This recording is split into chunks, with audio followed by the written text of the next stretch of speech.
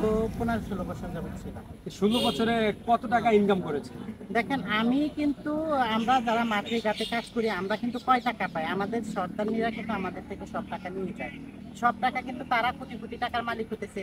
তারা হচ্ছে কি আপনার 2-3-4টা বাড়ির মালিক হইতেছে, তারা সোনা দানা বড়ি বড়ি বানাইতেছে, তারা ব্যাংক ব্যালেন্স করতেছে। কিন্তু আমরা যারা মাঠে ঘাটে কাজ করি, আমরা যারা মাঠে ঘাটে টাকা ইনকাম করি, আমরা মানুষের থেকে টাকা আনি বিভিন্নভাবে, কিন্তু আমরা কয় টাকা পাই সেটা তো আর আপনারা কখনো দেখেন না। তাহলে আমরা যেতটুকু টাকা পাই ওইটুকু আমাদের থাকা খাওয়া বরণ পোষণ সবকিছু, ওখান থেকেও আবার আমাদের সন্তানীদেরকে আমাদের বকশিস দিতে হয়, বিভিন্ন ইয়া দিতে হয়। তাহলে আমাদের থাকে কয় টাকা সবকিছু বুঝে তো পরে আমি চিন্তা করলাম যে না, আমি এইভাবে হিজড়াদের গোলামি না করে আমি দেশের গোলামি করবো, আমি মানুষের গোলামি করবো, আমি কর্ম করবো, আমি হিজড়াদের আওতায় থাকবো।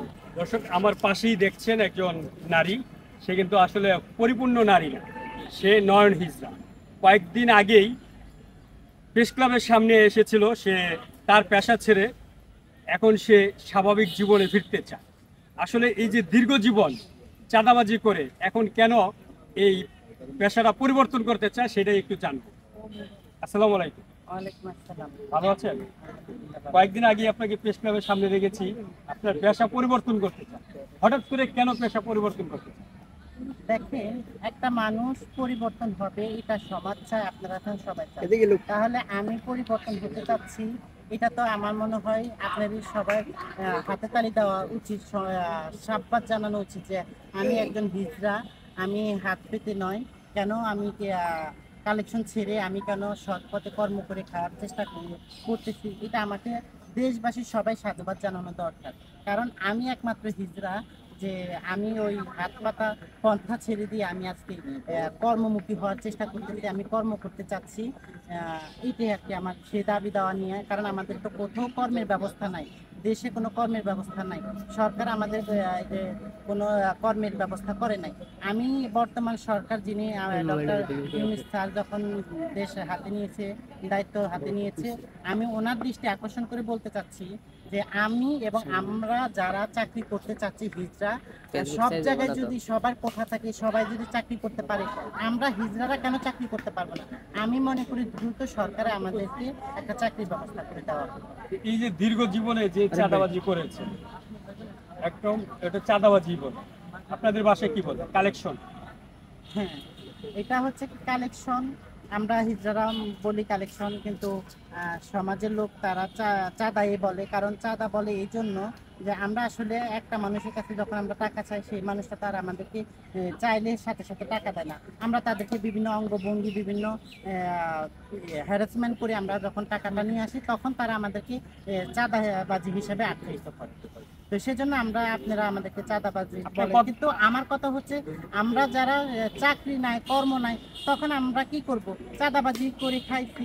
এখন আমি আমি এবং আমার মতো অনেকে আছে চাঁদাবাজি করতে চায় না, তা আমাদেরকে একটা চাকরি দেওয়া হোক, তাহলে তো আমরা চাঁদাবাজি করি না। আপনি কত বছর এই পেশায় ছিলেন? আমি দীর্ঘ 15-16 বছর যাবত ছিলাম। 16 বছরে কত টাকা ইনকাম করেছে? দেখেন আমি কিন্তু আমরা যারা মাঠে ঘাটে কাজ করি আমরা কিন্তু কয় টাকা পাই, আমাদের সর্দারনীরা কিন্তু আমাদের থেকে সব টাকা নিয়ে যায়। সব টাকা কিন্তু তারা কোটি কোটি টাকার মালিক হতেছে।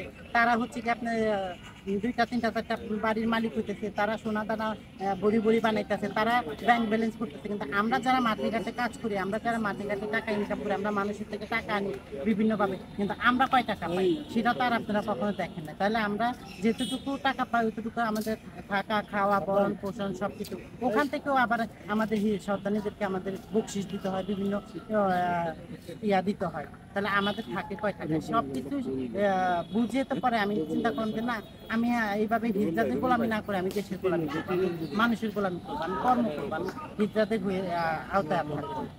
শতকরা কত টাকা কমিশন দিতে হয় আপনার গ্রুমাকে? শতকরা কত টাকা কমিশন না, হিজড়াদের একটা হিজড়াদের কমিউনিটির মধ্যে হিজড়াদের একটা আইন কানুন ওরা নিজেরা তৈরি করছে, ওরা নিজেরা এগুলি বানাইছে। ওর মধ্যে ওরা ওই আইন কানুন ওরা সিস্টেমের মধ্যে রেখা ওরা যারা হিজড়া আছে তাদের ভিতরে ওই আইনগুলো চালাই দেয় যে তোমরা এটা করতে হবে, তোমাদের এটা। কিন্তু যারা আমরা হিজড়ারা তারা বাধ্য হয়ে তাদের ওই হুকুম মানতে হয়, তাদের ওই আইন কানুন আমাদের মানতে হয়, ওভাবে আমাদের চলতে হয়। দেখা যাচ্ছে আজকে আমি যদি একটা করি যে না আমার এটা না এটা এইভাবে করতে হবে। আজকে সেই কারণে আমাকে বের করে দিয়েছে, আমি রাস্তা রাস্তা আমি একটা চকলেট বিক্রি করে খাচ্ছি। তো আমিও চাচ্ছি যে আমি হিজড়া হিসাবে আমি চকলেট বিক্রি করে খাবো, কর্ম করব। আমি দেশবাসীর কাছে আমি কর্ম চাই। মানে আপনাকে অন্যায়ভাবে বের করে দিয়েছে। হ্যাঁ, আমাকে অন্যায়ভাবে বের করে দিয়েছে আমার সরকার নিয়ে। এই যে 16 বছরের জীবন, 16 বছর তো আপনি কোনো কাজ কাম করতেন না, যে কালেকশনই করতেন। তো সেই কালেকশন বাদ দিয়ে আপনি কি এখন কর্মজীবন কর্ম করতে পারবেন? কর্ম করতে পারবো না কেন? আমি তো আল্লাহ তো আমাদের হাত পা শরীর সবই দিচ্ছে, মেধা শক্তি সবই দিচ্ছে, কেন কর্ম করতে পারবো না? কিন্তু আমার কর্মের ব্যবস্থাটা আমার আপনারা করে দিতে হবে, সরকার করতে হবে, কর্মের ব্যবস্থা দেশবাসী করতে হবে।